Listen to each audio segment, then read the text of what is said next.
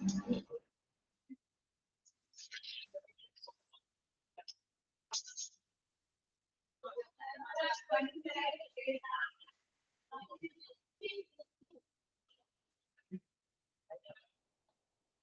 afternoon. Good afternoon. Good afternoon, ma'am.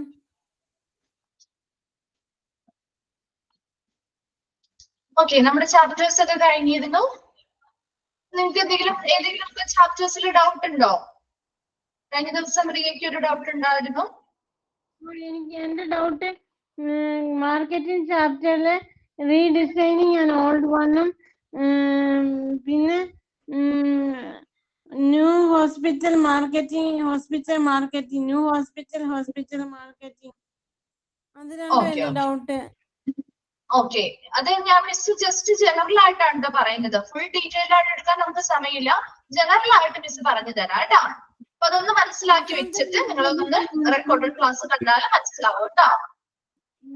അവസാനത്തെ രണ്ട് ടോപ്പിക്കാ മനസ്സിലാകാത്ത ചാപ്റ്ററില്. മനസ്സിലായില്ലേ? മിസ്സിന് മനസ്സിലായി? ആ രണ്ട് ടോപ്പിക്കും മിസ് ജനറൽ ആയിട്ട് എന്താണ് ആ ഓരോ ഹെഡിങ്ങിലും പറയുന്നതെന്ന് പറഞ്ഞു തരാം കേട്ടോ. എന്നിട്ട് നിങ്ങൾ റെക്കോർഡഡ് ക്ലാസ് കണ്ട് മനസ്സിലാക്കണം കേട്ടോ. ഓക്കെ ഓക്കെ, നോക്കിയേ, പ്രിയ ശ്രദ്ധിക്കാം കേട്ടോ. Development of new product or redesigning and old one എന്ന് പറയുന്നത് ഒന്നില്ലെങ്കിൽ ഒരു പുതിയ പ്രൊഡക്റ്റ് നമ്മൾ വികസിപ്പിക്കുന്നു അല്ലെങ്കിൽ ഡെവലപ്പ് ചെയ്യുന്നു, അല്ലെങ്കിലോ ഓൾറെഡി ഉണ്ടായിരുന്നതിനെ ഒന്നും കൂടി രൂപകൽപ്പന വരുത്തി അല്ലെങ്കിൽ രൂപമാറ്റങ്ങൾ വരുത്തി നമ്മൾ പുതിയൊരു പ്രൊഡക്റ്റ് ആയിട്ട് വിപണിയിൽ എത്തിക്കുന്നതിന് വേണ്ടി എന്തൊക്കെ സ്റ്റെപ്പുകളാണ് വരുന്നതെന്നാണ് ഈ ഫസ്റ്റ് പറഞ്ഞതിൽ പറയുന്നത്. അതിലെ ഫസ്റ്റ് സ്റ്റെപ്പാണ്. ഒരു പുതിയ പ്രൊഡക്റ്റ് ഉണ്ടാക്കുന്നതിനെ പറ്റി ഒന്ന് ആലോചിച്ചാൽ മതി കേട്ടോ. ഒരു പുതിയ പ്രൊഡക്റ്റ് നമ്മൾ ഉണ്ടാക്കുന്നു, അതിൽ ആദ്യം എന്താണ് സ്റ്റെപ്പ് 1 വരുന്നത്? Generation of the concept of new product. ഒരു പുതിയ പ്രൊഡക്റ്റ് എങ്ങനെ സ്റ്റാർട്ട് ചെയ്യണം, അല്ലെങ്കിൽ ഏത് പ്രൊഡക്റ്റ് ആണ് നമ്മൾ ഉണ്ടാക്കാൻ പോകുന്നത് എന്നതിനെ കുറിച്ചുള്ള ഒരു ഐഡിയ അല്ലെങ്കിൽ ഒരു ആശയം അല്ലെങ്കിൽ ആ ഒരു കോൺസെപ്റ്റ് ഡെവലപ്പ് ചെയ്യുക എന്നതാണ് ഫസ്റ്റ് സ്റ്റെപ്പിൽ വരുന്നത്. അപ്പോ അവിടെ ഐഡിയാസ് ആണ് നമ്മൾ കൊടുക്കുന്നത്. അപ്പൊ ഇതൊരു ഇൻഡിവിജ്വൽ ആയിട്ടുള്ള ഐഡിയ ആവാം, അല്ലെങ്കിൽ ഒരു ഗ്രൂപ്പ് ഡിസ്കഷനിൽ നിന്ന് വന്ന ഐഡിയ ആവാം. ആ ഐഡിയാസിനനുസരിച്ച് ഇവർ എന്ത് ചെയ്യുന്നുണ്ട്? ഒരു പ്രൊഡക്റ്റ്, ഇന്ന പ്രൊഡക്റ്റ് നമുക്ക് കൊടുക്കാൻ പറ്റും. അപ്പൊ ഇനി ഏത് പ്രൊഡക്റ്റ് നമുക്ക് കൊടുക്കാൻ പറ്റും എന്നിട്ട് അവരെല്ലാവരുമായിട്ട് ഡിസ്കഷൻ നടത്തി അതിൽ ചില പ്രൊഡക്റ്റുകൾ ചെയ്യാം എന്ന് ഒരു ഐഡിയയിൽ കൊണ്ടുവരുന്നതാണ് സ്റ്റെപ്പ് 1 എന്ന് പറയുന്നത്. സ്റ്റെപ്പ് 2 വരുമ്പോ ഈ ഐഡിയാസ് എല്ലാം നമുക്ക് പ്രാവർത്തികമാക്കാൻ പറ്റുമോ, അല്ലെ? അത് നമുക്ക് നടപ്പിലാക്കിയാൽ നമുക്കത് പ്രൊഡക്റ്റ് ആയിട്ട് വിൽക്കാൻ പറ്റുമോ എന്ന കാര്യങ്ങളെ കുറിച്ച് നമ്മൾ സ്ക്രീനിങ് ചെയ്യുന്നു. എന്തിനാണ് അത് ചെയ്യുന്നത്? ആ ഐഡിയാസ് എല്ലാം ആ കമ്പനിയുടെ ലക്ഷ്യത്തിന് വേണ്ടിയിട്ടുള്ളതാണോ, അല്ലെങ്കിൽ ലക്ഷ്യങ്ങൾ മനസ്സിലാക്കിക്കൊണ്ടുള്ളതാണോ? അതുപോലെ നല്ല സെയിൽസ് ഈ ഒരു പ്രൊഡക്റ്റ് ചെയ്താൽ അവർക്ക് നല്ല സെയിൽസ് ഉണ്ടാക്കാൻ പറ്റുമോ, അല്ലെ? ഇങ്ങനെയുള്ള കാര്യങ്ങളൊക്കെ കൺസിഡർ ചെയ്തുകൊണ്ടാണ് ഈ ഒരു പ്രൊഡക്റ്റിനെ കുറിച്ചുള്ള തീരുമാനം എടുക്കുന്നത്. അതിൽ ഓൾറെഡി നമ്മൾ പറഞ്ഞിട്ടുണ്ട് എന്താണ്, അവിടെ ആ ഒരു പ്രൊഡക്റ്റ് എടുക്കുമ്പോ ആ പ്രൊഡക്റ്റിന്റെ കുറച്ച് ഘടകങ്ങൾ അല്ലെങ്കിൽ ഫാക്ടേഴ്സ് നമ്മൾ എന്ത് ചെയ്യണം? കൺസിഡർ ചെയ്തുകൊണ്ടായിരിക്കണം ആ ഒരു പ്രൊഡക്റ്റ് നമ്മൾ എന്ത് ചെയ്യുക, അല്ലെങ്കിൽ ആ ഒരു ആശയം നമ്മൾ മുന്നോട്ട് കൊണ്ടുപോകാനായിട്ട് എന്തൊക്കെ കാര്യങ്ങൾ ചെയ്യണം? ആ ഒരു പ്രൊഡക്റ്റിന്റെ ക്വാളിറ്റി, ഗുണനിലവാരം എങ്ങനെയായിരിക്കണം, എങ്ങനെയാണ് അത് സർവീസ് ചെയ്യേണ്ടത്, അതുപോലെ ആ ഒരു പ്രൊഡക്റ്റ് ഉണ്ടാക്കാനായിട്ടുള്ള മെറ്റീരിയൽസ് നമുക്ക് അവൈലബിൾ ആണോ, അല്ലെങ്കിൽ അവിടെ അത് ഉണ്ടാക്കാനുള്ള ജീവനക്കാര് നമുക്ക് ലഭ്യമാണോ, അതുപോലെ കമ്പനിക്ക് ഈ പ്രൊഡക്റ്റ് ഉണ്ടാക്കാനായിട്ടുള്ളൊരു കഴിവ് ആ കമ്പനിക്ക് സാമ്പത്തികപരമായിട്ടാണെങ്കിലും അല്ലാത്ത രീതിയിലും ഉണ്ടോ എന്ന കാര്യങ്ങളൊക്കെ കൺസിഡർ ചെയ്യണം. അതോടൊപ്പം തന്നെ ഫെസിലിറ്റീസ്, അല്ലെ, അടിസ്ഥാന സൗകര്യങ്ങളും ആവശ്യമാണ്. ഈ പറയുന്ന കാര്യങ്ങളെല്ലാം ആ ഐഡിയ വെച്ചുകൊണ്ട് ഒരു പ്രൊഡക്റ്റ് ഉണ്ടാക്കാം എന്നൊരു ഐഡിയ ഉണ്ടാക്കി വെച്ചിട്ടുണ്ട്.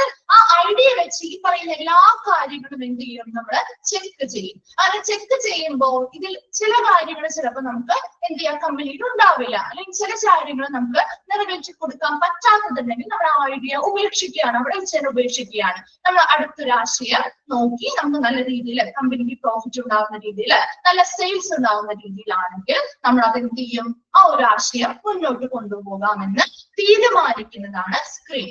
ഈ രണ്ട് സ്റ്റെപ്പ് മനസ്സിലായോരിക്ക്? രണ്ട് സ്റ്റെപ്പ് മനസ്സിലായോ?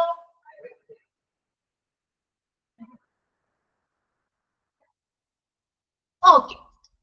Then third step ആണ് ബിസിനസ് അനാലിസിസ്. ഇനി ഏത് ബിസിനസ് ആണോ നമ്മൾ ചെയ്യാൻ പോകുന്നത്, അല്ലെങ്കിൽ ഏതൊരു പ്രൊഡക്റ്റ് ആണോ നമ്മൾ ഉണ്ടാക്കാൻ പോകുന്നത്, അതിനെ കുറിച്ച് അനലൈസ് ചെയ്യുന്നത് അല്ലെങ്കിൽ വിശകലനം ചെയ്യുന്നതിനെയാണ് ബിസിനസ് അനാലിസിസ് എന്ന് പറയുന്ന സ്റ്റെപ്പിൽ ചെയ്യുന്നത്. അതായത് ഈ ഒരു പ്രൊഡക്റ്റ് മാർക്കറ്റിൽ അല്ലെങ്കിൽ വിപണിയിൽ എത്തുമ്പോൾ അതിന്റെ മത്സര ശക്തികൾ, കോമ്പറ്റീറ്റീവ് ആയിട്ട് നിൽക്കുന്ന ആളുകൾ ആരൊക്കെയാണ്, അല്ലെ?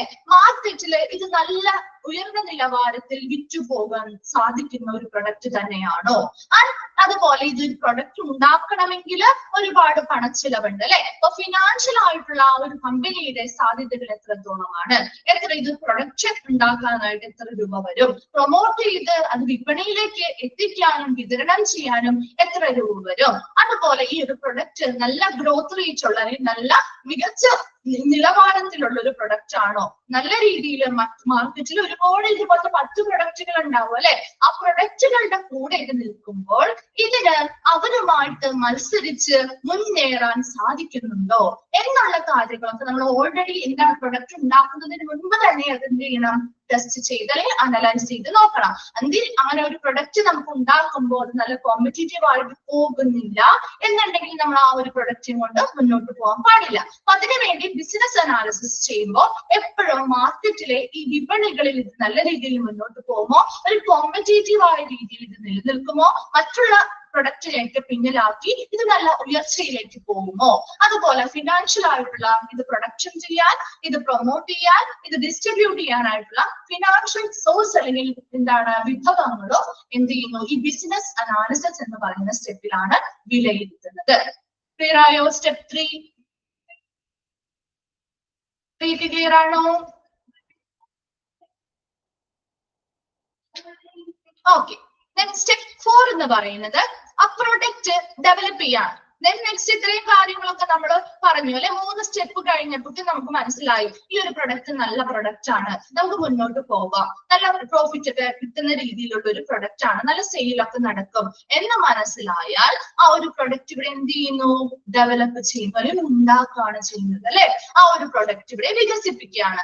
അതെപ്പോഴും ആ ഒരു പ്രൊഡക്റ്റ് ഉണ്ടാക്കുന്ന സമയത്ത് കൺസ്യൂമർ അല്ലെങ്കിൽ ഉപഭോക്താക്കളുടെ ഡിമാൻഡ് എങ്ങനെയാണ്, അവരുടെ ആവശ്യകത എന്തൊക്കെയാണ്, അവരുടെ പ്രതികരണങ്ങൾ സ്വീകരിച്ചുകൊണ്ട് അവരുടെ ഓരോരുത്തരുടെയും ആവശ്യകതകൾ എന്താണോ അതിനനുസരിച്ചുള്ള കൃത്യമായ ഒരു പ്രൊഡക്റ്റ് ആയിരിക്കണം ഉണ്ടാക്കേണ്ടത്, അല്ലെ? അതെങ്ങനെ പാക്ക് ചെയ്യണം, അതുപോലെ അതെങ്ങനെ ബ്രാൻഡിങ് കൊടുക്കണം, ബ്രാൻഡ് നെയിമുകൾ കൊടുക്കണം, എങ്ങനെയുള്ള പേരുകൾ കൊടുക്കണം, അതെങ്ങനെ മനോഹരമായിട്ട് പാക്ക് ചെയ്യണം, ആ പ്രൊഡക്റ്റ് എങ്ങനെയായിരിക്കണം ഉണ്ടാക്കേണ്ടത്, അല്ലെ? ആ ഒരു ഓരോ വ്യക്തികളുടെയും നമ്മൾ സർവേ കാര്യങ്ങളൊക്കെ ചെയ്ത് റിസർച്ചുകളൊക്കെ നടത്തി ആളുകളുടെ ഒപ്പീനിയൻസ് മനസ്സിലാക്കി അവർക്ക് എങ്ങനെയുള്ള പ്രൊഡക്റ്റ് ആണോ ആവശ്യമായിട്ട് വരുന്നത് അതിനനുസരിച്ചുള്ള ഒരു പ്രൊഡക്റ്റ് ആയിരിക്കണം നമ്മളിവിടെ ഡെവലപ്പ് ചെയ്യേണ്ടത്. എന്നാൽ മാത്രമല്ലേ നല്ല സെയിൽസ് ഉണ്ടാവുള്ളൂ, അല്ലെ? അപ്പൊ നല്ല പ്രൊഡക്റ്റുകൾ അതെങ്ങനെ പ്രൊഡക്റ്റ് ചെയ്യണം, പാക്ക് ചെയ്യണം, ബ്രാൻഡ് ചെയ്യണം എന്ന കാര്യങ്ങളൊക്കെ എന്ത് ചെയ്യുന്നു, ഈ ഒരു മാർക്കറ്റിംഗ് ഡിപ്പാർട്ട്മെന്റ് നൽകുകയും ഈ മാർക്കറ്റിംഗ് ഡിപ്പാർട്ട്മെന്റ് നൽകുന്ന ഈ വിവരങ്ങൾ വെച്ചുകൊണ്ട് അതൊരു ഫൈനൽ പ്രൊഡക്റ്റ് ആക്കി മാറ്റുന്നത് എഞ്ചിനീയറിംഗ് ഡിപ്പാർട്ട്മെന്റ് ആണ്. അപ്പൊ മാർക്കറ്റിംഗ് ഡിപ്പാർട്ട്മെന്റ് ഈ പറയുന്ന പ്രൊഡക്റ്റുമായി ബന്ധപ്പെട്ട മറ്റെല്ലാ കാര്യങ്ങളും എങ്ങനെ കൺസ്യൂമേഴ്സിന്റെ ആവശ്യകതകൾ എന്താണ്, അതെങ്ങനെ പാക്ക് ചെയ്യണം, ബ്രാൻഡ് ചെയ്യണം, മുതലായ എല്ലാ കാര്യങ്ങളും ഇവർക്ക് എന്ത് ചെയ്യുന്നു, ഒരു എഞ്ചിനീയറിംഗ് ഡിപ്പാർട്ട്മെന്റിലേക്ക് പ്രൊവൈഡ് ചെയ്യും. അവസാനമായി എഞ്ചിനീയറിംഗ് ഡിപ്പാർട്ട്മെന്റ് ആണ് ഫൈനൽ പ്രൊഡക്റ്റ് ആക്കി മാറ്റുന്നത്. കിട്ടിയോ? സ്റ്റെപ്പ് 4. ഓക്കെ. സ്റ്റെപ്പ് 5 എന്ന് പറയുന്നത് ടെസ്റ്റ് മാർക്കറ്റിംഗ് എന്ന് വെച്ചാൽ consumer reaction to the new product. ഒരു പുതിയ പ്രൊഡക്റ്റ് മാർക്കറ്റിൽ അല്ലെങ്കിൽ വിപണിയിൽ വരുമ്പോൾ നമ്മൾ എല്ലാവരും എന്ത് ചെയ്യും, ടെസ്റ്റ് ചെയ്ത് നോക്കും, അല്ലെ? ചെറിയ സാമ്പിളുകൾ വാങ്ങി നോക്കും. അത് തന്നെയാണ് ഇവിടെയും ചെയ്യുന്നത്. അവരൊരു പ്രൊഡക്റ്റ് ഉണ്ടാക്കി അതൊരു ബൾക്ക് ക്വാണ്ടിറ്റിയിൽ ഒരുമിച്ച് നമ്മൾ സപ്ലൈ ചെയ്യല്ല ചെയ്യുന്നത്, മറിച്ച് എന്ത് ചെയ്യും, ചെറിയ ചെറിയ സ്മോൾ പാക്കറ്റുകൾ അല്ലെങ്കിൽ ചെറിയ ചെറിയ സാമ്പിളുകൾ പോലെയുള്ളവ ചില പ്രത്യേക കടകളിൽ അല്ലെങ്കിൽ കൂടുതൽ സെയിൽസ് ഉള്ള കടകളിലൊക്കെ വെക്കും. അവിടെ നല്ല രീതിയിൽ ഈ ആ ഒരു ന്യൂ പ്രൊഡക്റ്റിനോട് കൺസ്യൂമേഴ്സ് അല്ലെങ്കിൽ ഉപഭോക്താക്കള് എങ്ങനെയാണെന്ന് പ്രതികരിക്കുന്നത്, നല്ല രീതിയിൽ ആ പ്രൊഡക്റ്റ് അവിടെ നിന്ന് സെയിലായി പോകുന്നുണ്ടോ, പിന്നെയും ആവശ്യക്കാർ അതിനു വേണ്ടി വരുന്നുണ്ടോ എന്ന കാര്യങ്ങളൊക്കെ ടെസ്റ്റ് ചെയ്യുന്നതാണ് ടെസ്റ്റ് മാർക്കറ്റിംഗ് എന്ന് പറയുന്നത്. സ്റ്റെപ്പ് 6 ലാസ്റ്റ് സ്റ്റെപ്പ് ആണ് കൊമേഴ്ഷ്യലൈസേഷൻ. കൊമേഴ്ഷ്യലൈസേഷൻ എന്ന് പറഞ്ഞാൽ എന്താ? വാണിജ്യവൽക്കരണം അല്ലെങ്കിൽ ഫുൾ സ്കെയിൽ മാർക്കറ്റിംഗ് അല്ലെ. അപ്പൊ ടെസ്റ്റ് കഴിഞ്ഞു, ടെസ്റ്റിലും ഇത് പാസ്സായി, നല്ല രീതിയിൽ സെയിലായി പോകുന്നുണ്ട്, ഈ പ്രൊഡക്റ്റിന് ഇനിയും ആവശ്യക്കാർ വരുന്നുണ്ട് എന്ന് മനസ്സിലായി കഴിഞ്ഞാൽ അവരത് എന്ത് ചെയ്യുന്നു? ഒരു ബൾക്ക് ക്വാണ്ടിറ്റിയിലാക്കി എല്ലായിടത്തേക്കും വിതരണം ചെയ്യുന്നു. അതാണ് കൊമേഴ്ഷ്യലൈസേഷൻ. ആ ഒരു 6 പോയിന്റും സ്റ്റെപ്പും ക്ലിയർ ആണല്ലോ. ഓക്കെ, നെക്സ്റ്റ് പറയുന്നത്, നെക്സ്റ്റ് എന്താ പറഞ്ഞേ? ഈ ഒരു പോയിന്റിലെ steps involved in marketing a new hospital, hospital മാർക്കറ്റിംഗുമായി ബന്ധപ്പെട്ട കാര്യങ്ങൾ അല്ലെ. അപ്പൊ ആദ്യം നമ്മൾ പറഞ്ഞത് ജനറൽ ആയിട്ടുള്ള കാര്യങ്ങളാണ്. അതായത് എവിടെയാണെങ്കിലും ഈ പറഞ്ഞ കാര്യങ്ങളിലായിരിക്കും ഈ 6 സ്റ്റെപ്പുകളിലൂടെയാണ് ഒരു പ്രൊഡക്റ്റ് വിപണിയിലേക്ക് എത്തുന്നത്. ജനറൽ ആയിട്ടുള്ള കാര്യങ്ങളാണ് കേട്ടോ. ഇനി നമ്മൾ പറഞ്ഞത് ഹോസ്പിറ്റലിലെ മാർക്കറ്റിംഗ് എങ്ങനെയാണ്. ഈ പറയുന്ന സ്റ്റെപ്പ് ഒക്കെ ഇതിൽ ഉൾപ്പെടുന്നുണ്ട്, പക്ഷെ കുറച്ച് വ്യത്യസ്തമായ പേരുകളിലാണെന്ന് മാത്രം കേട്ടോ. അപ്പൊ നമുക്ക് ഈ ഹോസ്പിറ്റലിലെ മാർക്കറ്റിംഗ് എന്ന് പറയുന്നത് പ്രധാനമായിട്ടും 2 മെത്തേഡിലൂടെയാണ്. ഒന്നാമത്തത് മാർക്കറ്റ് പ്ലാനിങ്, രണ്ടാമത്തത് മാർക്കറ്റ് കമ്മ്യൂണിക്കേഷൻ. ഈ 2 പോയിന്റുകളിലൂടെയാണ്, അതിനുള്ളിലൂടെയാണ് നമ്മൾ ആ ഒരു മാർക്കറ്റിംഗ്, ഹോസ്പിറ്റലിലെ മാർക്കറ്റിംഗിനെ കുറിച്ച് പഠിക്കുന്നത്. അതിൽ ഫസ്റ്റ് വരുന്നത് മാർക്കറ്റ് പ്ലാനിങ്. ആദ്യം മാർക്കറ്റ് പ്ലാനിങ് നോക്കാം കേട്ടോ. അതില് എലമെന്റ്സ് ഉണ്ട്. ഏതൊക്കെ എലമെന്റ്സ് ആണ് ഒരു മാർക്കറ്റിംഗ് പ്ലാനിൽ വരുന്നത്? ഇതെല്ലാം ആ എലമെന്റ്സ് ആണ്. അപ്പൊ നമുക്ക് ജസ്റ്റ് ഓരോ പോയിന്റ് ആയിട്ട് അങ്ങ് നോക്കി പോവാം കേട്ടോ. ആ മാർക്കറ്റ് പ്ലാനിങ്ങിൽ എന്ന് പറയുമ്പോൾ മാർക്കറ്റില് ഒരു പ്രൊഡക്റ്റ് എങ്ങനെ, ഹോസ്പിറ്റൽ മാർക്കറ്റിംഗ് ആണ് അല്ലെ. ഹോസ്പിറ്റലിൽ എന്ന് പറഞ്ഞ പ്രൊഡക്റ്റ് അല്ല, സർവീസ് ആണ് കൊടുക്കുന്നത് അല്ലെ. ആ ഒരു സർവീസ് എങ്ങനെ നമുക്ക് കൊണ്ടുവരാം, അത് നമ്മൾ മുൻകൂട്ടി പ്ലാൻ ചെയ്ത് എങ്ങനെ അത് നടപ്പിലാക്കാം, എന്തൊക്കെ കാര്യങ്ങൾ അതിന് വേണം, അത് നടപ്പിലാക്കി കഴിഞ്ഞാൽ അത് നല്ല രീതിയിൽ അവിടെ പ്രവർത്തിക്കുന്നുണ്ടോ എന്ന രീതിയിലുള്ള കാര്യങ്ങളൊക്കെയാണ് മാർക്കറ്റ് പ്ലാനിങ്ങിൽ വരുന്നത്. ക്ലിയർ ആണോ? ഇത്രയും ക്ലിയർ ആണോ? ഞാൻ ഓരോ എലമെന്റ്സും പറയട്ടെ മിസ്. ക്ലിയർ ആണോ?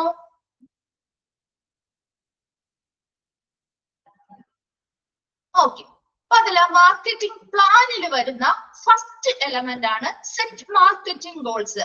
ഏത് സർവീസ്, ഇപ്പൊ ഒരു സർവീസിനെ മനസ്സിൽ വിചാരിക്കുക കേട്ടോ. ഒരു സർവീസ് ആണ് നമ്മൾ കൊടുക്കുന്നത് ഹോസ്പിറ്റൽ അല്ലെ. അപ്പൊ ഒരു സർവീസിനെ മനസ്സിൽ വിചാരിച്ചുകൊണ്ട് നമ്മൾ ചിന്തിക്കുക. ഒരു പുതിയ സർവീസ് ഹോസ്പിറ്റലിൽ കൊണ്ടുവരാനായിട്ട് ആലോചിക്കുന്നുണ്ട്. അപ്പൊ ഒരു ഗോള് അല്ലെങ്കിൽ ഒരു ലക്ഷ്യം, ആ ഒരു സർവീസ് ഹോസ്പിറ്റലിൽ കൊണ്ടുവരണം അല്ലെ എന്നതായിരിക്കണം അവിടെ ആ ഒരു ആദ്യത്തെ ലക്ഷ്യം അല്ലെങ്കിൽ ഗോള് സെറ്റ് ചെയ്യുന്നത്. സെറ്റ് മാർക്കറ്റിംഗ് ഗോൾസ് എന്ന് പറയുന്നത് ഏതാണോ, എപ്പോഴും അവിടെ ഒരു റേഞ്ച് പറയുന്നുണ്ട്. 18 മുതൽ 24 മാസത്തിനുള്ളിൽ അച്ചീവ് ചെയ്യാൻ പറ്റുന്ന അല്ലെങ്കിൽ നേടിയെടുക്കാൻ പറ്റുന്ന രീതിയിലുള്ള ഒരു ഗോൾ അല്ലെങ്കിൽ ലക്ഷ്യമായിരിക്കണം നമ്മുടെ മുന്നിൽ കാണേണ്ടത് അല്ലെങ്കിൽ സെറ്റ് ചെയ്യേണ്ടത്. ഒരു സർവീസ് കൊണ്ടുവരാൻ തുടങ്ങിയാൽ ആ സർവീസ് പ്ലാൻ ചെയ്ത് അത് ആസൂത്രണം ചെയ്ത് നടപ്പിലാക്കുന്നത് 18 മുതൽ 24 മാസത്തിനുള്ളിൽ ഉൾക്കൊള്ളുന്ന രീതിയിലായിരിക്കണം. അതിൽ കൂടുതൽ സമയം ആ ഒരു സർവീസ് കൊണ്ടുവരാനായിട്ട് എടുക്കരുത്. ക്ലിയർ ആയോ? സെറ്റ് മാർക്കറ്റിംഗ് ഗോൾസ് ജസ്റ്റ് ആ ഒരു ഓവറോൾ ആയിട്ടുള്ള കാര്യങ്ങളാണ് കേട്ടോ മിസ് പറയുന്നത്. അതിനുള്ളിലുള്ള കാര്യങ്ങൾ കുറച്ചും കൂടി ഡീപ്പായിട്ടുള്ളത് നിങ്ങൾ തന്നെ മനസ്സിലാക്കണം. വായിച്ച് മനസ്സിലാവുന്നില്ലെങ്കിൽ റെക്കോർഡഡ് ക്ലാസ്സുകൾ ഉണ്ടാവും, അത് കണ്ട് മനസ്സിലാക്കുക കേട്ടോ. ഓക്കെ, സെക്കൻഡ് വൺ ആണ് കണ്ടക്ട് മാർക്കറ്റ് റിസർച്ച്. നമ്മൾ പഠിച്ചതാണ് മാർക്കറ്റ് റിസർച്ച്. ഇനി എന്ത് ചെയ്യുന്നു? ആ ഗോൾ സെറ്റ് ചെയ്തു, ആ ഒരു ലക്ഷ്യം, നമുക്ക് ഒരു സർവീസ് കൊണ്ടുവരാന്നുള്ളതാണ് ലക്ഷ്യം അല്ലെ. അതിന് വേണ്ടിയിട്ട് കൃത്യമായിട്ട് ഈ ഒരു സർവീസുമായി ബന്ധപ്പെട്ട് അല്ലെങ്കിൽ എന്താണ് നമ്മൾ കൊണ്ടുവരാൻ പോകുന്ന ഒരു പ്ലാൻ, അതുമായി ബന്ധപ്പെട്ടുള്ള ഇൻഫർമേഷൻസ് വളരെ സിസ്റ്റമാറ്റിക്കലി കളക്ട് ചെയ്യും, റെക്കോർഡ് ചെയ്യും. അത് പരിശോധിച്ച് ആ ഇൻഫർമേഷൻസ് ഒക്കെ എന്ത് ചെയ്യുന്നു? പരിശോധിക്കുന്ന ഒരു സ്റ്റേജ് ആണ് മാർക്കറ്റിംഗ് റിസർച്ച് എന്ന് പറയുന്നത്. അതുപോലെ ഈ ഒരു പ്രൊഡക്റ്റ് അല്ലെങ്കിൽ ഈ ഒരു സർവീസ് കൊണ്ടുവന്നാൽ അതിൽ നമ്മുടെ കോമ്പറ്റീറ്റേഴ്സ് ആരൊക്കെയാണ്, നമുക്ക് എതിരാളികളായിട്ട് വരുന്നവർ ആരൊക്കെയാണ്. അതുപോലെ മാർക്കറ്റിൽ നമ്മൾ ആ ഒരു മാർക്കറ്റിൽ ഈ ഒരു സർവീസ് എത്തിയാൽ അല്ലെങ്കിൽ ഒരു ഹോസ്പിറ്റൽ മാർക്കറ്റിംഗിന്റെ ഭാഗമായിട്ട് ഈ ഒരു സർവീസ് കൊണ്ടുവന്നാൽ അവിടെ കസ്റ്റമേഴ്സ് അല്ലെങ്കിൽ കൺസ്യൂമേഴ്സ് എന്തൊക്കെയാണെന്നുമായിട്ടുള്ള റിയാക്ഷൻസ് അല്ലെ, കസ്റ്റമേഴ്സിനെ കുറിച്ച് നമ്മുടെ ആ ഒരു കസ്റ്റമേഴ്സ് ആരൊക്കെയായിരിക്കും, ആ ഒരു സർവീസിന് വേണ്ടി വരുന്ന ആളുകൾ ഉണ്ടാവുമല്ലോ, ആ കസ്റ്റമേഴ്സ് ആരൊക്കെയായിരിക്കും, അവരുടെ താല്പര്യങ്ങൾ എന്തൊക്കെയാണ്, എങ്ങനെയുള്ള സർവീസുകളാണ് കൊടുക്കേണ്ടത്, അല്ലെങ്കിൽ ഈ ഒരു സർവീസ് കൊണ്ടുവന്നാൽ അതിന് ചുറ്റിലും ഇപ്പൊ സർവീസ് കൊണ്ടുവരുന്നു, എല്ലാ സർവീസുകളും എല്ലാവർക്കും അനുയോജ്യമാവണം എന്നില്ല അല്ലെ. ഒരു സർവീസ് വെച്ചാൽ അതിന് ഏതൊക്കെ ഏജിലുള്ളവർ വരും, ഏതൊക്കെ ജെൻഡറിലുള്ളവർ വരും, ഏത് ലൊക്കേഷനിലുള്ളവർ വരും, ഇതുപോലെയുള്ള എല്ലാ കാര്യങ്ങളും ഈ ഒരു മാർക്കറ്റ് റിസർച്ചിലൂടെ എന്ത് ചെയ്യുന്നു? മനസ്സിലാക്കുന്നു, അല്ലെങ്കിൽ അതുമായി ബന്ധപ്പെട്ട ഇൻഫർമേഷൻസ് കളക്ട് ചെയ്യുന്നു. അപ്പൊ അതിൽ 2 രീതിയിലുണ്ട്, primary secondary market research. Primary ആകുമ്പോൾ സർവേകളിലൂടെ നമുക്ക് ഇൻഫർമേഷൻസ് കളക്ട് ചെയ്യാം, ഫീൽഡ് ടെസ്റ്റുകളിലൂടെ കളക്ട് ചെയ്യാം, ഇന്റർവ്യൂവിലെ അല്ലെങ്കിൽ ഒബ്സർവേഷനിലൂടെ കളക്ട് ചെയ്യാം. ഇനി സെക്കൻഡറി മാർക്കറ്റിംഗ് എന്ന് പറഞ്ഞാൽ നമ്മൾ ടെസ്റ്റ് ചെയ്ത് നോക്കിയാണ്, അതാണ് ടെസ്റ്റ് മാർക്കറ്റിംഗ്. നമ്മൾ നേരത്തെ പഠിച്ച പോയിന്റ് 5th പോയിന്റ് സ്റ്റെപ്പില് അതുപോലെ തന്നെ ടെസ്റ്റ് ചെയ്ത് നമുക്ക് മാർക്കറ്റിംഗിൽ ടെസ്റ്റ് ചെയ്തുകൊണ്ട് ഈ ഒരു മാർക്കറ്റിംഗുമായി ബന്ധപ്പെട്ടുള്ള ഇൻഫർമേഷൻസ് കളക്ട് ചെയ്യുകയാണ് മാർക്കറ്റ് റിസർച്ചിൽ ചെയ്യുന്നത്. ക്ലിയർ ആണോ? Market research, conduct market research.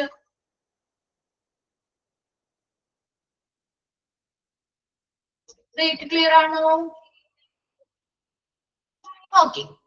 Analyse the research എന്ന് പറഞ്ഞാൽ ഈ ഒരു മാർക്കറ്റ് റിസർച്ചിൽ കുറെ ഇൻഫർമേഷൻസും ഡേറ്റാസും ഒക്കെ കിട്ടിയിട്ടല്ലേ അല്ലെ, അതൊക്കെ ഒന്ന് എന്ത് ചെയ്യുന്നു, വിശകലനം ചെയ്യുന്നു.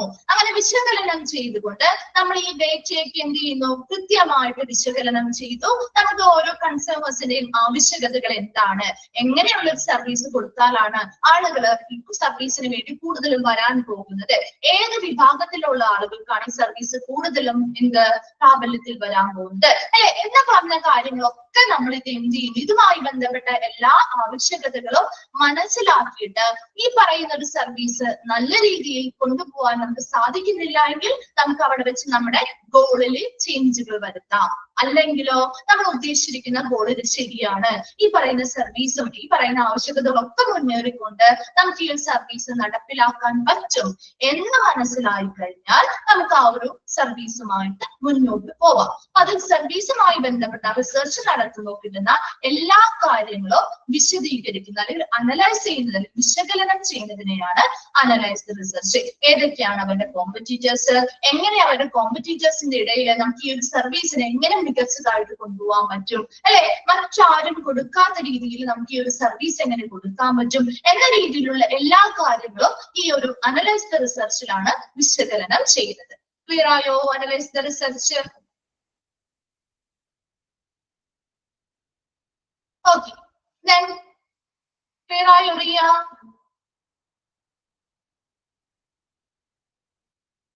ക്ലിയർ ആയില്ല? ഏത് ഭാഗമാണ് മനസ്സിലാവാത്തത്? അനലൈസ് ദ റിസർച്ച് എന്ന് പറഞ്ഞാൽ ജസ്റ്റ് ഇത്രയും മനസ്സിലാക്കിയാൽ മതി. നമ്മുടെ മാർക്കറ്റ് റിസർച്ച് ചെയ്തില്ലേ, നമ്മള് ഓൾറെഡി പറഞ്ഞല്ലോ മാർക്കറ്റ് റിസർച്ച് ആണ് അതിന് മുൻപ് ചെയ്ത സ്പേസ്. ആ ഒരു മാർക്കറ്റ് റിസർച്ച് കഴിഞ്ഞ് കഴിയുമ്പോൾ നമുക്ക് ഒരുപാട് ഡേറ്റാസും ഇൻഫർമേഷൻസും അതുവഴി കിട്ടുന്നില്ലേ ഇല്ലേ? അപ്പൊ അതുവഴി കിട്ടുന്ന ഡേറ്റാസ് എന്ത് ചെയ്യുന്നുണ്ട്, ഇവിടെ വിശകലനം ചെയ്യുന്നു അല്ലെങ്കിൽ അനലൈസ് ചെയ്യുന്നു. എന്തിനു വേണ്ടിയാണ് ഇവിടെ അനലൈസ് ചെയ്യുന്നത്? ആ പറയുന്ന എല്ലാ കാര്യങ്ങളും, അതായത് കൺസ്യൂമേഴ്സിന്റെ അല്ലെങ്കിൽ കൺസ്യൂമേഴ്സിന്റെ ഒരു സർവീസ് കൊണ്ടുവരുമ്പോൾ കൺസ്യൂമേഴ്സിന്റെ ആവശ്യകതകൾ എന്താണ്, മറ്റ് അതുമായി ബന്ധപ്പെട്ടുള്ള മറ്റ് കോമ്പറ്റീറ്റേഴ്സ്, ഒരു സർവീസ് കൊണ്ടുവരുമ്പോൾ ഒരു ഹോസ്പിറ്റലിൽ കൊണ്ടുവരുമ്പോൾ അതിന് അഗെയിൻസ്റ്റ് ആയിട്ട് മറ്റ് കോമ്പറ്റീറ്റേഴ്സ് ഉണ്ടാവും അല്ലെ. മറ്റു ഹോസ്പിറ്റലുകളിൽ സർവീസ് കൊടുക്കുമ്പോൾ ഒരു കോമ്പറ്റീഷൻ നടക്കുന്നുണ്ട്. ആ ഒരു കോമ്പറ്റീറ്റേഴ്സ് ആരൊക്കെയാണ്, ഇനി അവരുടെ മുകളിലെത്താനായിട്ട് നമ്മൾ എന്തൊക്കെ ചെയ്യണം അല്ലെ, അതുപോലെ അവര് കൊടുക്കുന്നതിലും മികച്ചതായിട്ട് നമുക്ക് എങ്ങനെ സർവീസുകൾ കൊണ്ടുവരാൻ പറ്റും എന്ന രീതിയിലുള്ള എല്ലാ കാര്യങ്ങളും വിശകലനം ചെയ്യുന്നതിനെയാണ് അനലൈസ് ദ റിസർച്ച് എന്ന് പറയുന്നത്. ക്ലിയർ ആയോ? Analyse the research. ക്ലിയർ ആയോ Riya?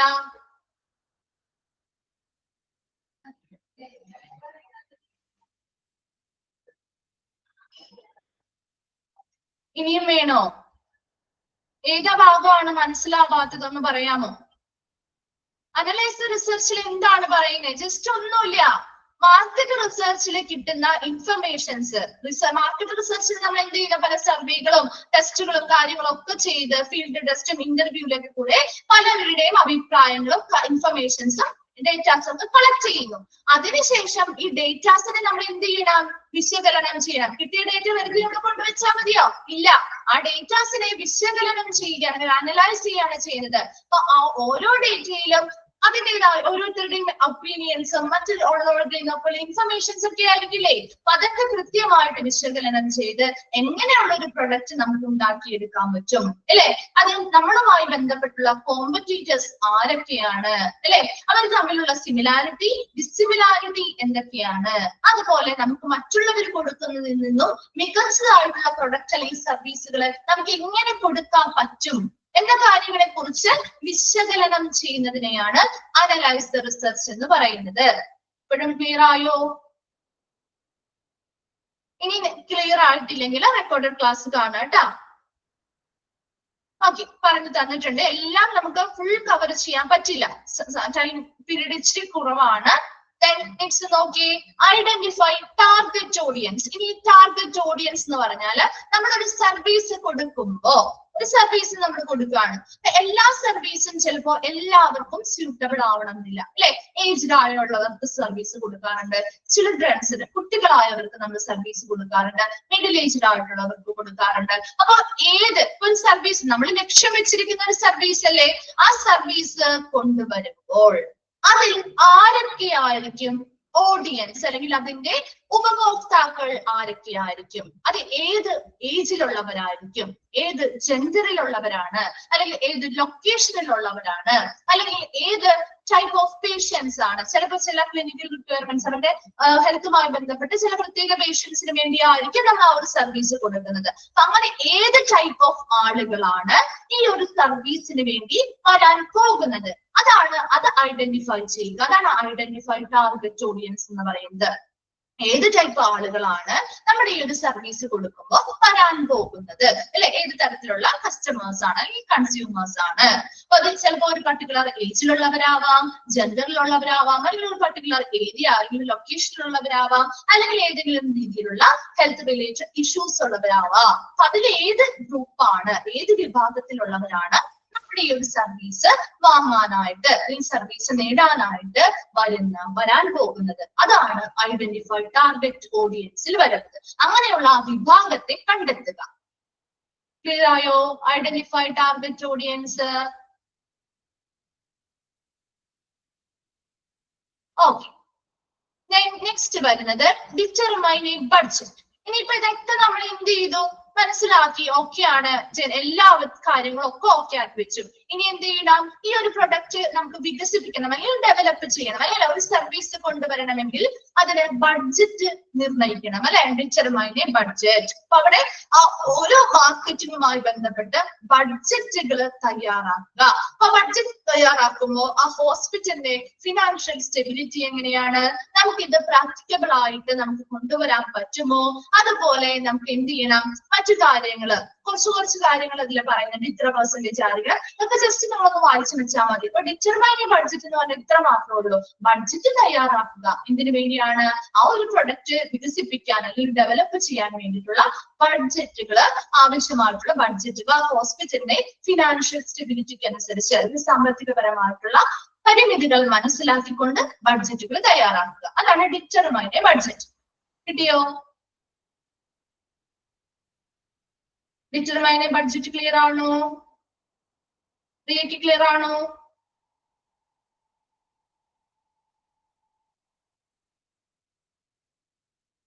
Okay, next develop marketing strategies എന്ന് പറഞ്ഞാൽ മാർക്കറ്റിംഗ് സ്ട്രാറ്റജീസ് ഡെവലപ്പ് ചെയ്യുക. എങ്ങനെ സ്ട്രാറ്റജി എന്ന് പറഞ്ഞാൽ തന്ത്രങ്ങൾ അല്ലെ, എങ്ങനെ നമുക്ക് ഈ ഒരു സർവീസ് നല്ല രീതിയിൽ ആളുകളിലേക്ക് എത്തിക്കാം. അതിനു വേണ്ടി ഇവിടെ പറയുന്നുണ്ട്, വരുന്ന പേഷ്യൻസിനെ സാറ്റിസ്ഫൈഡ് ആക്കി വിടുന്ന രീതിയിൽ, ഒരു ഹോസ്പിറ്റലിൽ പേഷ്യൻസ് വരുമ്പോൾ അവരെപ്പോഴും സാറ്റിസ്ഫൈഡ് ആയിരിക്കണം അല്ലെ. അതിനു വേണ്ടിയിട്ട് അവിടെ ആർട്ടിസ്റ്റ് ട്രെയിനിങ് കൊടുക്കണം, അവിടെയുള്ള സ്റ്റാഫുകൾക്ക് ട്രെയിനിങ് കൊടുക്കണം, അതുപോലെ തന്നെ അവർക്ക് സ്വയം ചെയ്യാൻ പറ്റുന്ന രീതിയിൽ ഓൺലൈൻ ബുക്കിംഗ് കാര്യങ്ങളോ പോലെയുള്ള സംവിധാനങ്ങൾ ഏർപ്പെടുത്തണം.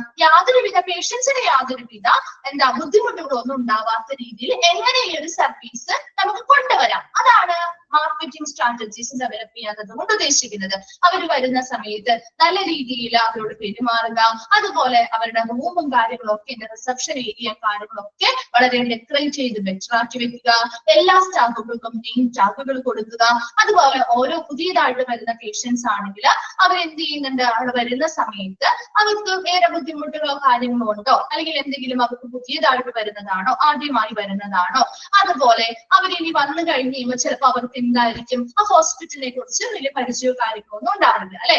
ആ സമയത്ത് എന്ത് ചെയ്യണം, അവരുടെ കൂടെ ഒരാള് പോയി നിന്നുകൊണ്ട് അവർക്ക് ആവശ്യമായിട്ടുള്ള സാധനങ്ങളൊക്കെ കാര്യങ്ങളൊക്കെ പറഞ്ഞു കൊടുക്കണം. നെക്സ്റ്റ് നമ്മൾ എന്താ പറയുന്നത്, അവർ ഇപ്പൊ ഒരു കാര്യം കഴിഞ്ഞ് ഇപ്പൊ ഒരു ഡോക്ടറെ കൺസൾട്ട് ചെയ്ത് അവർ തിരിച്ച് വീട്ടിലേക്ക് പോയി എങ്കിൽ കൂടി അവർക്ക് അടുത്ത റൗണ്ട്സിന് അല്ലെങ്കിൽ അടുത്ത കൺസൾട്ടേഷന് വേണ്ടിയിട്ട് വരുന്ന സമയത്ത് എന്തൊക്കെ കാര്യങ്ങൾ ടെലിഫോണിലൂടെ നിങ്ങൾ അപ്പോയിന്റ്മെന്റ് അടുത്ത ദിവസമാണ് കേട്ടോ നിങ്ങൾ വരണം, അല്ലെങ്കിൽ തലേ ദിവസം വരെയും വിളിച്ച് ഓർമ്മപ്പെടുത്തുക. അപ്പൊ ഇങ്ങനെയുള്ള കാര്യങ്ങളൊക്കെ ചെയ്തുകൊണ്ട് പേഷ്യൻസിന് എന്ത് ചെയ്യണം, കൃത്യമായിട്ട് അവരെ ആ ഒരു ഹോസ്പിറ്റലിലേക്ക് വരുത്തണം. അതുപോലെ തന്നെ വന്നു കഴിഞ്ഞാലും അവർ സാറ്റിസ്ഫൈഡ് ആയി മാറണം. അതാണ് എന്തെന്ന് പറയുന്നത് ഡെവലപ്പ് മാർക്കറ്റിംഗ് സ്ട്രാറ്റജിയിൽ പറയുന്നത്. എന്താണ് ചോദിച്ചത്?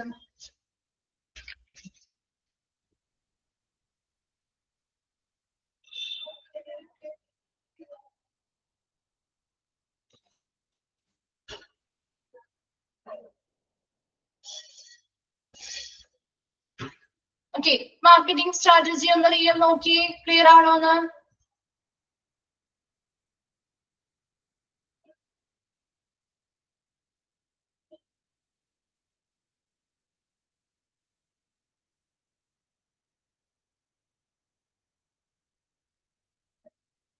ഗെറ്റ് റിഡ് ഓഫിന്റെ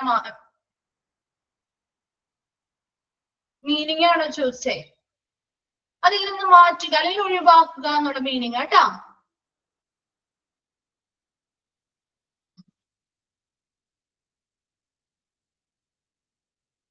അതായത് ഇവിടെ ടെലിഫോൺ ഇന്റർവ്യൂസിൽ അല്ലെങ്കിൽ നമുക്കിപ്പോ വിളിക്കുമ്പോ ബുക്ക് ചെയ്യാനൊക്കെ പറയില്ലേ നമ്മളോട് ഹോസ്പിറ്റൽ അടുത്ത് കൺസൾട്ടേഷന് ചെല്ലാൻ വേണ്ടിയിട്ട്.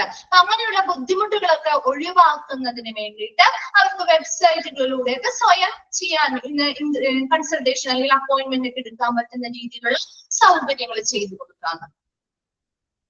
ക്ലിയർ ആണോ മാർക്കറ്റിംഗ് സ്ട്രാറ്റജീസ്?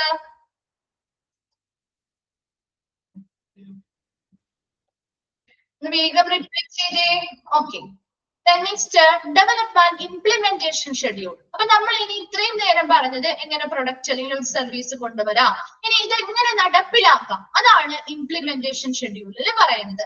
ഈ ഒരു സർവീസ് നമുക്ക് എങ്ങനെ ഇംപ്ലിമെന്റ് ചെയ്യാം, അല്ലെങ്കിൽ ആ ഹോസ്പിറ്റലിൽ ആ സർവീസ് എങ്ങനെ കൊണ്ടുവരാം, നടപ്പിലാക്കുന്ന കാര്യമാണ് കേട്ടോ. അപ്പൊ ആ ഒരു സർവീസ് കൊണ്ടുവരണമെങ്കിൽ കൃത്യമായിട്ടുള്ള ടൈം ലൈൻ അല്ലെ, സമയബന്ധിതമായിട്ടുള്ള കാര്യങ്ങളോട് കൂടി ആയിരിക്കണം നമ്മൾ ആ ഒരു സർവീസ് കൊണ്ടുവരേണ്ടത് അല്ലെ. ഒരു സർവീസ് ഹോസ്പിറ്റലിൽ നടത്തുമ്പോൾ ഫുൾ ടൈം 24 hours വളരെ കുറവുള്ള സർവീസുകളായിരിക്കും.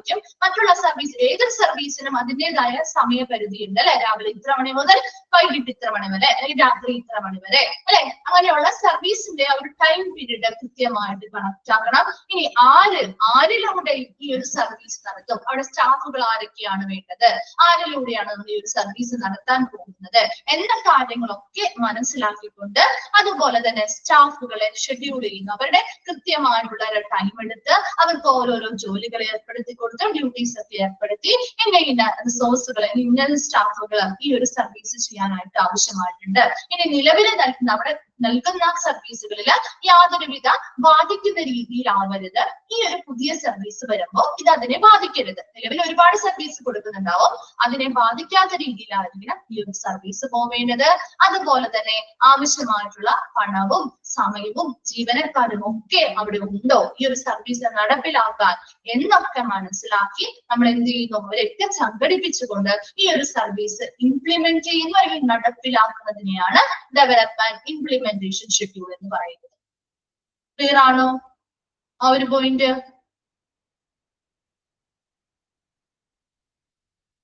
ഓക്കെ, ക്രിയേറ്റ് ആൻഡ് ഇവാലുവേഷൻ പ്രോസസ്സിൽ പറയുന്നത് ഇവിടെ നമ്മൾ ഓൾറെഡി സർവീസ് നടപ്പിലാക്കി അല്ലെ. ഇപ്പൊ ഇവാലുവേഷൻ ചെയ്യാന്ന് പറഞ്ഞാൽ വിശകലനം ചെയ്യുക, വിലയിരുത്തുക അല്ലെ. ആ ഒരു സർവീസ് നടപ്പിലാക്കി കഴിഞ്ഞപ്പോ ആ സർവീസ് നല്ല രീതിയിൽ കുറച്ച് ദിവസം കഴിഞ്ഞ് കഴിയുമ്പോഴാണോ, കുറച്ച് കഴിഞ്ഞ് കഴിയുമ്പോൾ നമ്മൾ ആലോചിക്കുകയാണ് സർവീസ് നല്ല രീതിയിൽ നടക്കുന്നുണ്ടോ അല്ലെ, നല്ല രീതിയിലുള്ള ഇൻകം അവിടെ കിട്ടുന്നുണ്ടോ, പുതിയ പുതിയ പേഷ്യൻസ് വരുന്നുണ്ടോ അല്ലെ, എങ്ങനെയാണ് അതിന്റെ പ്രോഗ്രസ് അല്ലെങ്കിൽ ആ ഒരു സർവീസ് നടപ്പിലാക്കിയിട്ട് അതിന്റെ പുരോഗതി എത്രത്തോളം ചെയ്യുന്നുണ്ട് എന്ന കാര്യങ്ങളൊക്കെ നമ്മൾ എന്ത് ചെയ്യുന്നു, വിശകലനം ചെയ്യുന്ന അല്ലെങ്കിൽ വിലയിരുത്തൽ നടത്തുന്നതിനെയാണ് ക്രിയേറ്റ് ആൻഡ് ഇവാലുവേഷൻ പ്രോസസ് എന്ന് പറയുന്നത്. ഒരു സർവീസ് നടപ്പിലാക്കി കഴിഞ്ഞാൽ ആ സർവീസ് നടപ്പിലാക്കിയതിനു ശേഷം നല്ല രീതിയിൽ സർവീസ് മുന്നോട്ട് പോകുന്നുണ്ടോ, പുരോഗതി ഉണ്ടാവുന്നുണ്ടോ, പുതിയ പേഷ്യൻസ് വരുന്നുണ്ടോ, ഇൻകം കൂടുന്നുണ്ടോ എന്നതുമായിട്ട് ബന്ധപ്പെട്ടുള്ള എല്ലാ കാര്യങ്ങളും, ഈ ഒരു സർവീസ് മികച്ചതാണോ അല്ലെങ്കിൽ നമുക്ക് അത്ര വലിയ രീതിയിലുള്ള മാറ്റങ്ങളോ പേഷ്യൻസ് ഒന്നും കിട്ടുന്നില്ലേ, അങ്ങനെയുള്ള എല്ലാ കാര്യങ്ങളും നമ്മൾ ഈ ഒരു ഇവാലുവേഷൻ പ്രോസസ്സിൽ വിലയിരുത്തുന്നു. നോക്കി ആ ഒരു പ്രൊസീജിയർ, ആ ഒരു സ്റ്റെപ്പ് ക്ലിയർ ആണോ നോക്കി.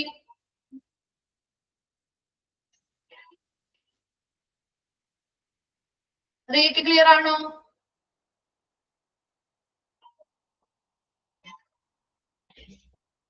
പെട്ടെന്ന് റിപ്ലൈ ചെയ്യാട്ടോ. ഓക്കെ, അപ്പൊ നമ്മുടെ ഒരു മാർക്കറ്റിംഗ് പ്ലാനിങ്ങുമായി ബന്ധപ്പെട്ട എലമെന്റ്സ് എല്ലാം കംപ്ലീറ്റ് ആയി കേട്ടോ. ഇനി നെക്സ്റ്റ് നമ്മൾ ഒരു സർവീസ് കൊണ്ടുവരുമ്പോൾ സ്വാഭാവികമായിട്ടും നല്ല മാർക്കറ്റിംഗ് കമ്മ്യൂണിക്കേഷനിലൂടെയാണ് അത് കൂടുതലും ആളുകളിലേക്ക് എത്തുന്നത് അല്ലെ. അപ്പൊ അതിനു വേണ്ടി പല രീതിയിലുള്ള കമ്മ്യൂണിക്കേഷൻസിലൂടെ എന്ത് ചെയ്യുക, ആളുകളിലേക്ക് അത് എത്തിക്കുക. അതിന് പല കമ്മ്യൂണിക്കേഷൻ മെത്തേഡുകൾ പറയുന്നുണ്ട്. അഡ്വർടൈസിങ്, സെയിൽസ് പ്രൊമോഷൻ, പബ്ലിസിറ്റി അല്ലെ, ഡയറക്റ്റ് ആയിട്ടുള്ള മാർക്കറ്റിംഗ്, സൈബർ മാർക്കറ്റിംഗ്, വെബ്സൈറ്റുകൾ, മറ്റു ഓൺലൈൻ സൈറ്റുകളിലൂടെയൊക്കെ നമുക്ക് മാർക്കറ്റിംഗ് ചെയ്യാം. അല്ലെങ്കിൽ ഇപ്പൊ ഹോസ്പിറ്റലുകളുമായി ബന്ധപ്പെട്ട എക്സിബിഷൻസോ അല്ലെങ്കിൽ എന്തെങ്കിലും എന്താണ് പ്രോഗ്രാമുകൾ അല്ലെ, മെഡിക്കൽ ക്യാമ്പുകൾ, അതുപോലെയുള്ള പ്രോഗ്രാം കാര്യങ്ങളൊക്കെ ചെയ്തുകൊണ്ട്, ക്യാമ്പയിൻസ് ഒക്കെ ചെയ്തുകൊണ്ട് നമുക്ക് എന്ത് ചെയ്യാം, മാർക്കറ്റിംഗുമായി ബന്ധപ്പെട്ട് കമ്മ്യൂണിക്കേഷൻ നടത്തി ഈ സർവീസുകൾ ഈ ഒരു ഹോസ്പിറ്റലിലുണ്ട്, ഇങ്ങനെ സർവീസുകൾ ആ ഹോസ്പിറ്റലിൽ കൊടുക്കുന്നുണ്ട് എന്ന രീതിയിലുള്ള കാര്യങ്ങൾ ആളുകളെ അറിയിക്കുക. ഓക്കെ ആണോ? എല്ലാം ക്ലിയർ ആയോ?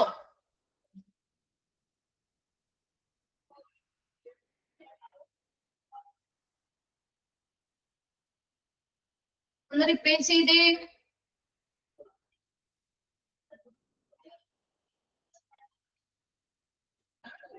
ഓക്കെ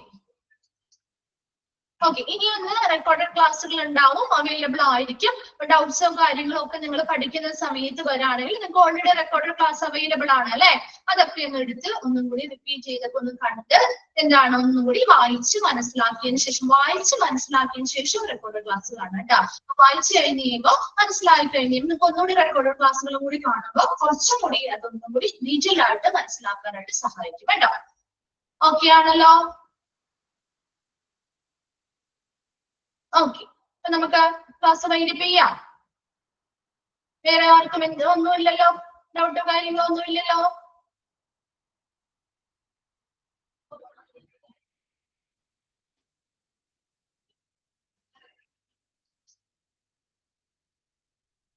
ഓക്കെ, ക്ലാസ് വൈൻഡപ്പ് ചെയ്താലോ?